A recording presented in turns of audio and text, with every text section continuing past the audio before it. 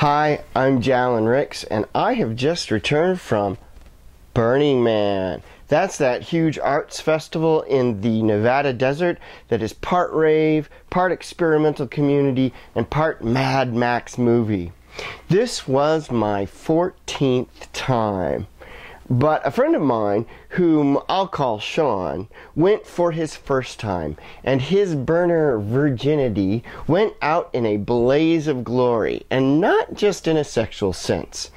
I recently met Sean, and within minutes of talking, I found out he was going to Burning Man, and it was as if we were meant to meet.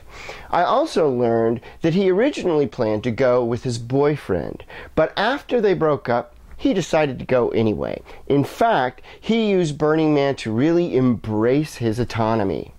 Hearing some of his history, it sounded like he was almost never single, that he had a string of boyfriends, one after another, as far back as he could remember. Now, there's a belief in our society that it's probably best to kind of sow your wild oats for a time, and eventually you should settle down, and find a good, solid relationship. Now, perhaps this is true, but I've seen all kinds of relationships work all kinds of ways. In terms of my friend, Sean felt in many ways that he was sort of never enough. Not that his boyfriends believed him to be less than, but that Sean believed he was not complete without being in a relationship. Certainly there are plenty of people that believe just that. Songs are composed and movies filmed stating just that we are half of the whole until we meet our soulmate.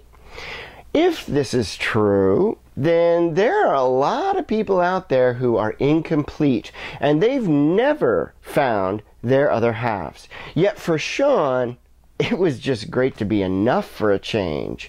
He wasn't dependent on anyone but himself. Heck, I hardly saw him while we were there because he was out on another adventure, one right after another.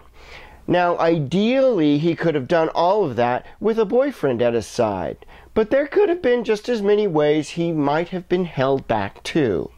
Drawing from personal experience, I have gained a great sense of deep satisfaction for taking some time on my own to learn to be fully responsible for my own contentment without having to subdivide my attention with the needs of another person. Growing up, it was not easy to hear my own soul's subtle voice while the crosstalk of other needs was distorting my hearing. It wasn't until late into my 20s, and after a lot of therapy, before I could sort out my own personality from all the other input, like my parents, the church, society, all this that they had put on me. I guess that's why I personally believe that it may be best to take some time to go solo before you commit to a potentially lifelong relationship. Not just to sow your wild oats, but to really have a clear idea of what makes you a unique person. Learn to know what it feels like to be enough and to be content as you are.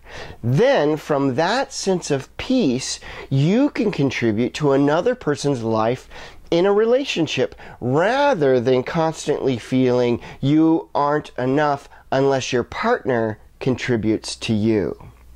It certainly was beautiful to watch Sean blossom, love himself, and want for nothing. I think that's why he was so attractive to that hot 20-something stripper that had kind of humped his leg for a couple of days. Oh yes, flying solo does not mean you have to be celibate. Sean was strong, confident, clear in himself, happy, and wide-eyed. He could have a sexual adventure without it destabilizing who he was as a content person. Very sexy indeed, and more than enough. Thanks for listening.